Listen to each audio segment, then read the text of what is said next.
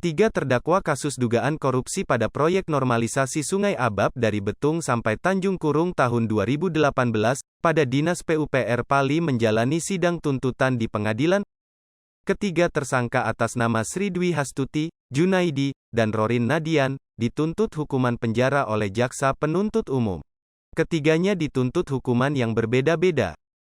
Diketahui dalam sidang tadi, jaksa penuntut umum Kejari Pali menyatakan ketiga terdakwa melanggar pasal 3 Jo pasal 18 Undang-Undang Nomor 31 Tahun 1999 tentang pemberantasan tindak pidana korupsi, sebagaimana telah diubah dengan Undang-Undang Nomor 20 Tahun 2001 tentang perubahan atas Undang-Undang Nomor 31 Tahun 1999 tentang pemberantasan tindak pidana korupsi.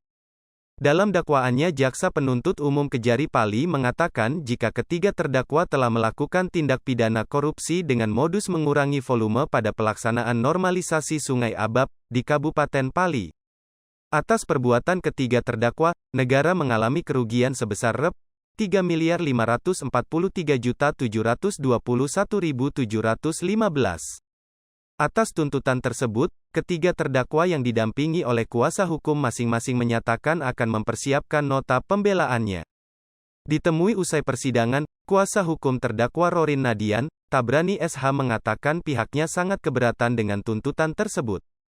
Dari berita sebelumnya, terdakwa Rorin Nadian mengatakan selaku pelaksana proyek, pihaknya telah mengerjakan proyek sesuai RAP. 3 tahun 6 bulan. Bagaimana kita mengertinya tuntutannya kita? Kalau menurut kami, ya kami akan tetap melakukan upaya pembelaan terhadap klien kami, karena di keterangan beliau terakhir kemarin, beliau kan sudah ada itikat baik mengembalikan uang, ya. Dan dari tuntutan itu tetap diwajibkan untuk mengembalikan. Sedangkan beliau juga mengatakan keuntungannya tidak sebesar apa yang dibacakan. Berarti kita keberatan sekali dengan uang pengganti itu ya? Nah, terkait uang pengganti, karena kemungkinan besar klien kami kan sudah mengatakan bahwa keuntungan yang dia terima cuma 900, dan dia sudah minus mengembalikan 1 miliar kemarin.